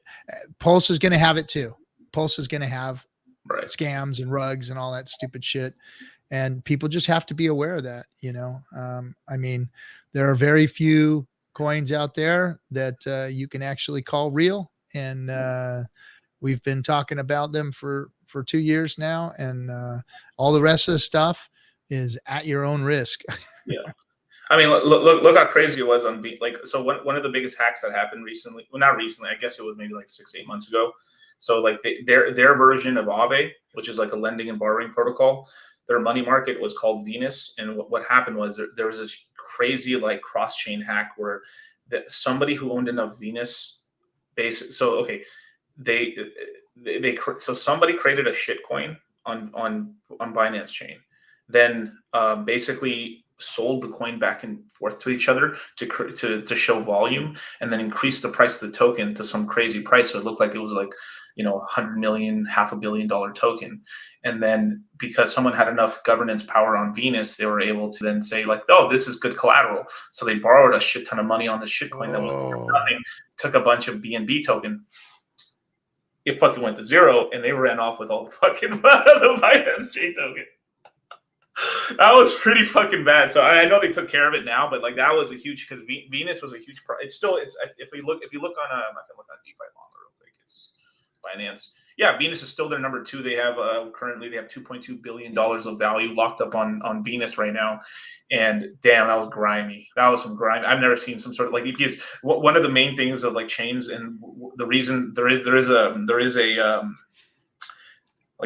are advocates for having like a giant whale or a couple giant whales in the ecosystem in there, so there's a checks and balances at least to not to like the number one thing when you're a lending and borrower is you have to say what's worth borrowing on and what isn't borrowing on, right? So it's like with Hex, right? Pretty easy, fucking amazing thing. Of course you can borrow on it, but like PooCoin, SafeMoon. Probably not the coin you should be like letting people borrow on and stuff, because if you let them, like, imagine if everyone could borrow on their token, you'd just be creating a bunch of $1 million, $2 million tokens, borrowing $500,000 and then out of here all the time. So it's that sort of shit. And I can't believe that fucking happened. That's insane. And sometimes I think about like that shit's got to be an insider. Like, there's no way how the fuck did someone pull that off? That's insane. Well, was it a first timer type thing though? That was the first time I've ever seen it. Yeah, it was the first time that it happened. Yeah. It hasn't happened since, but like it had to have been some like inside. That's the thing is these freaking shucksters, man. They know. I mean, there's nothing new under the sun. I've always said that these people know how to run a scam. They know how to run. Right. They know this shit, man. This stuff is not new. Trading is not new. And when you have a toy like crypto to go in and fuck around with things, I mean, there's some very, very brilliant stock traders out there that know, like, oh, if I only had a playground like this to play in, if I could only get around regulation, and go do this and walk away with the money and nobody knows I took it, because I got a wallet that nobody knows about. Nobody knows who I am. I mean, it's so easy. I think that's why we're so full of rug pulls, is because these guys know the games. They've run the games. They know the 3-card monies. They know all this shit, from the stock world. And now here they are. They've got a fertile freaking playground to go and play these games and these scams. And people are so gullible, man. So gullible in the space. People so bad want to make money and so bad love seeing the pumps, man. It's the freaking euphoria is like blinds everybody when the pump is going, man. And they just lose their shit. They put it all in. And then when they get rug pulled, they're just fucking devastated, man. Yeah. Be careful, people. Be careful of the shit out there, because stick to the trifecta. The trifecta, Pulse chain, Hex, P Hex, basically. And I guess the new, like, maybe it's the box. Maybe it's maybe like waffle token too. Whatever. I have to see tokenomics first. But waffle token. People are gonna start calling it waffle token. Oh, crap token. Waffle swap and waffle token. Don't they already call something syrup over there on pancake? Yeah, they do. Pancake syrup, pancake, or pancake. They have all these weird little names with like on Pancake Swap or something. Or like, And we wonder why people won't take us seriously over here in crypto. I know it's fucking hilarious. But like there's also another thing too. I do like the way we are going, because it is going to be open. So I know we're going to have a lot of pulls. A lot of rugs and stuff. It's just going to happen. There's going to be nefarious characters coming in from fucking Matic motherfuckers. Anyway, I have a big mistrust of Matic, man. I fuck Matic. You ain't the only one, buddy. I fucking don't like Matic, man. Like, what? It's like fucking scammers. Anyway, but hey, they did pop this all off. Like, legitimately, who popped? Like, in terms of, I guess. So in terms of like, I didn't know this, but like, I recently learned this. So yield farming in terms of like actually yield farming on LPs and stuff and everything was created on synthetics, which I didn't know about. But in terms of like when you actually had the first like on-chain thing like Matic, right, which is a second layer scaling solution, you actually had yield farming. They popped off this whole yield farming on L1s and L2s, and then from there it went on to BNB chain, and then it went up to I think Solana, and then now we're at in a multi-chain world, right? So you're gonna have a lot of bad apples, but the beautiful thing is too is like there's projects like wait, I'm not gonna shit on Cardano. Wait, hold on. No, no, it's too easy. No. So like something like a Polkadot and a Kusama, like there's slowly there's projects coming out every week, but it's very like timed. It's like to ton, and it's good, but it's kind of slow in order to get projects out. Where like there's projects like BNB and like Matic where they're just like a forensic. And what I think what's kind of cool about Pulse Chain is that we're kind of like in between, a little closer to letting most people go, but we're still having these like really good projects coming out too. So I think we're kind of because I don't like projects that are like that just release projects at a very slow rate, because it stifles innovation and it's like almost insider games as well. Because it's so this has been my criticism a little bit of Polkadot a little bit, but I'm more of a Kusama guy. I know I'm getting in the weeds here with some with shit, but I'm just what I'm trying to say is like I like what Pulse Chain is going to end up doing, because you're going to have the main token P. So you have these harbors of safe coins that are reliable. Yeah. You have Hex, P Hex, Pulse Chain, cool. The triad. I mean the trifecta. God damn it. Yeah, the holy trinity, right? And then the triads. There's going to be like what I typically find with chains is there's two types of triangles. There's the holy trinity, which is like the main three tokens, and then the triad, which is the shitcoin main tokens, right? The shitcoin main tokens, right? So waffle swaps at the top there, but it's that sort of thing, because there's always like a Pepsi and a Coke, right? So you have the main ecosystem token, and then you have a swap token. So you'll always end up having a Pepsi. Like, so there's Uniswap or Sushi Swap or like sort of like that sort of shit. It's like boom, boom, boom, boom. You see that across the ecosystem. So, yeah, I'm fucking bullish as fuck, man. I cannot fucking wait until this stuff comes out, man. Yeah, it's exciting stuff, man. And it's like, I mean, we've been waiting a long time. Now, don't get me wrong. We've done extremely well with just Hex alone and all that. Those of us who've been in this long, but it's like, okay, one more thing. Hold up, one more thing. It's just been like, but it keeps getting better every time. Don't get me wrong. It keeps getting better every time. But it's going to be nice to finally have everything up and running and moving. I mean, I think, when year 5 comes around of Hex, you're going to have Pulse Chain is going to be a couple years old. Everything's going to be a couple years old and moving and proving itself. And we're really looking at a completely different ecosystem outside of crypto I think is going to be completely different than anybody has ever seen before. I think so too. And there's going to be ebbs and flows and stuff. I do think that, with it's so, it's sort of like volatility. A timeline. Yeah, it's just volatility. You're gonna at the beginning, it's just gonna be pretty simple, and then you're gonna have all these other tokens launch, a crash, another uptick, and then as more time goes on, within a year or 2 years, we're gonna have a lot of serious tokens, a lot of cool projects and stuff, and it's gonna be a pretty sophisticated system and stuff with a lot of cool projects, a lot of trusted stuff in the community and stuff, and you're gonna have a lot of like hexagons who graduate into token founders or something, or token founders in projects in basically the ecosystem and stuff, which is cool. And it's gonna be really cool. I mean, it's gonna be the chain. I think there's gonna be a lot of reputational sort of things with like, you gotta make sure that you know who runs the projects, instead of like the main thing I tell you is like be careful around like fully anonymous teams. Stuff like that. You gotta be careful with that stuff. And also, if it's called Safe Doge Moon Lambo, this like, I mean, bro, come on, like well, I mean, the new one now is Pulse Doge. I heard there's like they're like outing community members of doing it and all this other crap. And it's just like, oh boy, here we go. Time for the meme coins, even within the Hexaking community or whatever. Well, there's always meme. There's gonna be some. There's gonna be meme coins. Yeah. Yeah, there's gonna be meme coins. Nothing's wrong with that. It's just like, be careful. Like, it's like all right, recently, like, there was this big fucking rug on this token called Snow Dog. I mean, if I really have to tell you that Snow Dog's gonna rug you guys, like, I'm so sorry, but like, you guys, it was called Snow Dogs, like the movie from Disney. The only thing I would trust less than Snow Dog would be Snow Cat, and that would be 100%. Like the only thing could possibly be worse than that name than Snow Dog would be Snow Cat. Right. So, and that's what I started the show out like telling everybody, hey, you're gonna start seeing some shit. But I think that if we stick with the tenets of like what Richard has taught us with Hex, like,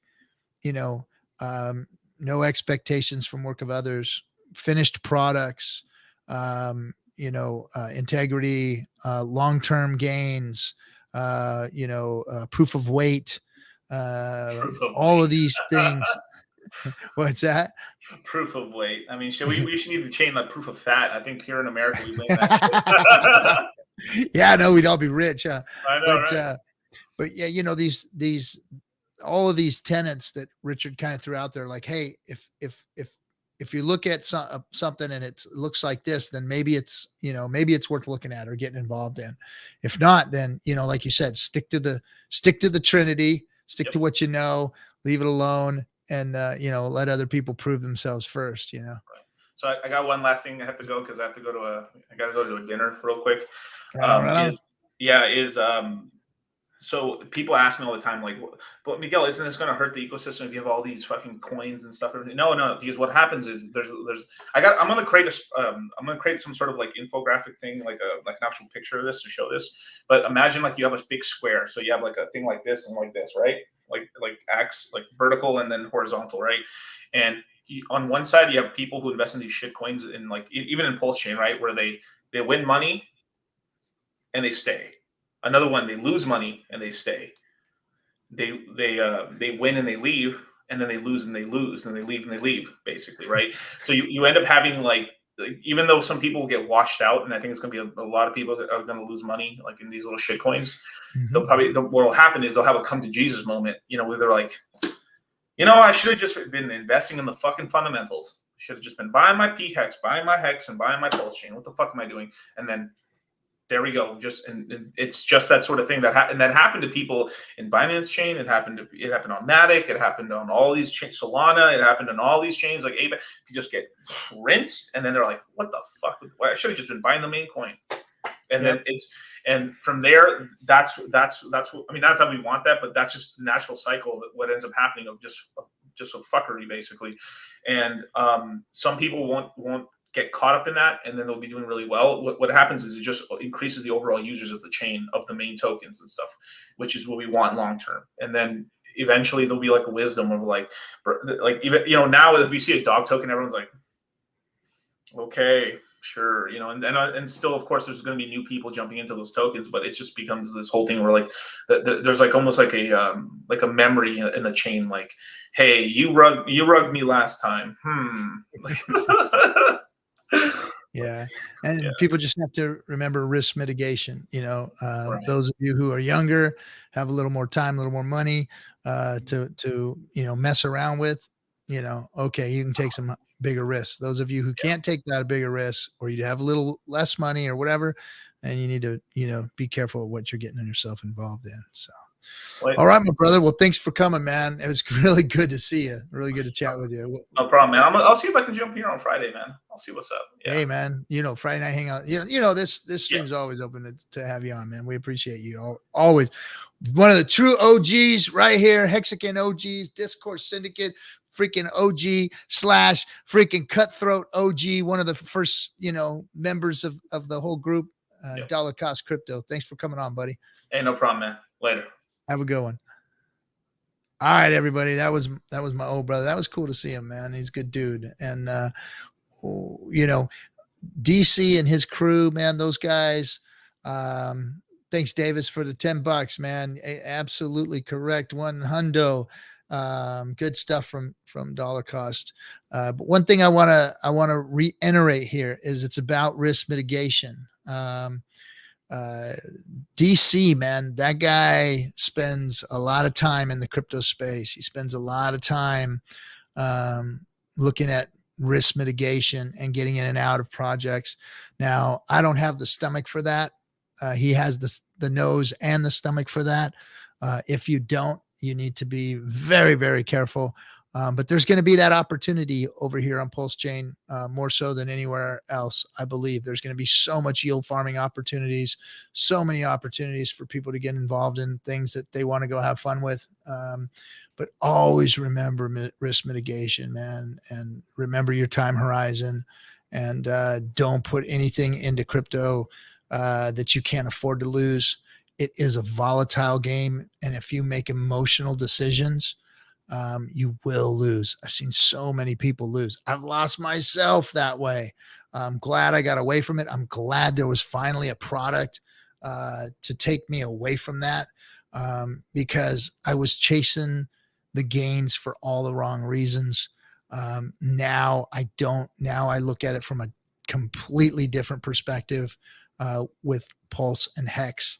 And all of these other things, are they opportunities? Yes, they're not things that I'm going to get involved in. Am I going to yield farm?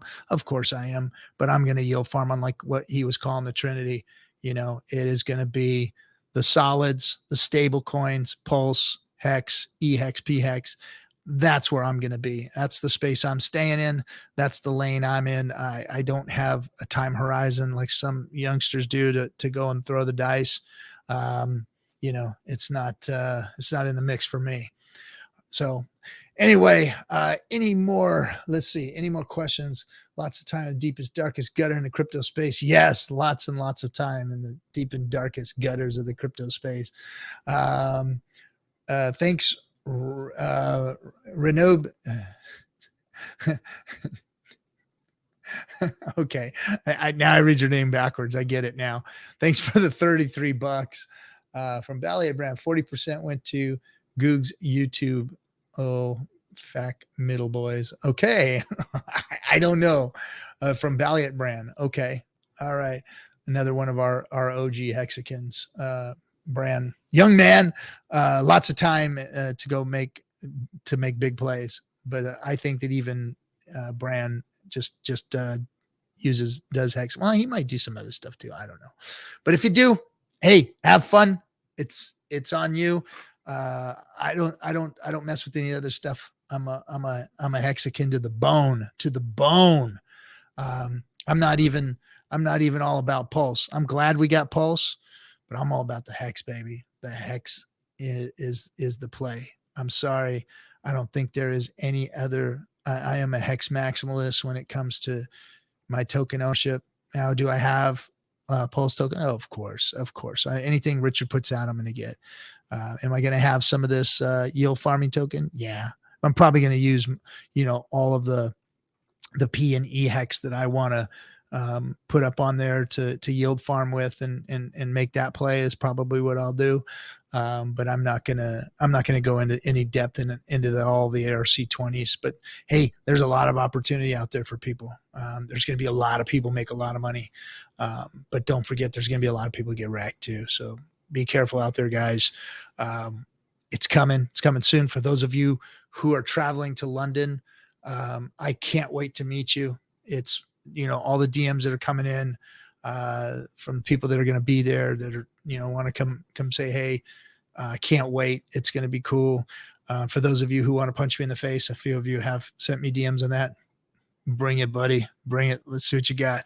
There's a couple of those too. Looking forward to it. We'll see. They usually don't show up. But all the other people, we're going to have a great time. It's going to be a party of parties. It's going to be the party of the century. Documentary crew is going to be there. We're going to have a blast. Lots of outside activities, after parties. It's going to be an all week thing. So get there if you can. It's going to be awesome. Appreciate all you guys. This Friday, the effing hangout is probably going to be live. Probably going to be out there in London with those fellas. So we'll see how that works out. I don't know if we're going to be in a hotel. We're going to be out in the streets. We're going to be doing something exciting. I don't know yet. We'll see what happens. But effing hangout this week is going to be epic either way. And then Monday, Jason Hartman from, all of the Kiyosaki folks that we're being introduced to is going to be on the stream. We're going to be talking big finance, real estate. We're going to be teaching these finance gurus about crypto because you got to realize all these people are a little scared of crypto, scared to get in because all of the scams and the garbage that they see and the volatility. It's hard for these guys to, preach a financial product that is so volatile. So they're afraid of it. They've been afraid of it. They want to get involved. They're interested in it. It's very intriguing to them, but they've never seen anything like Hex. And we're going to get to teach them. And these guys are going to help us take it out there to an even bigger audience. So stay tuned for that. That's going to be Monday. Jason Hartman, when I get back from London, and we're going to have a great time with him. All you guys, thanks for hanging out. Freaking love each and every one of you. Can't wait for London. We'll see you. Have a good one. Bye-bye.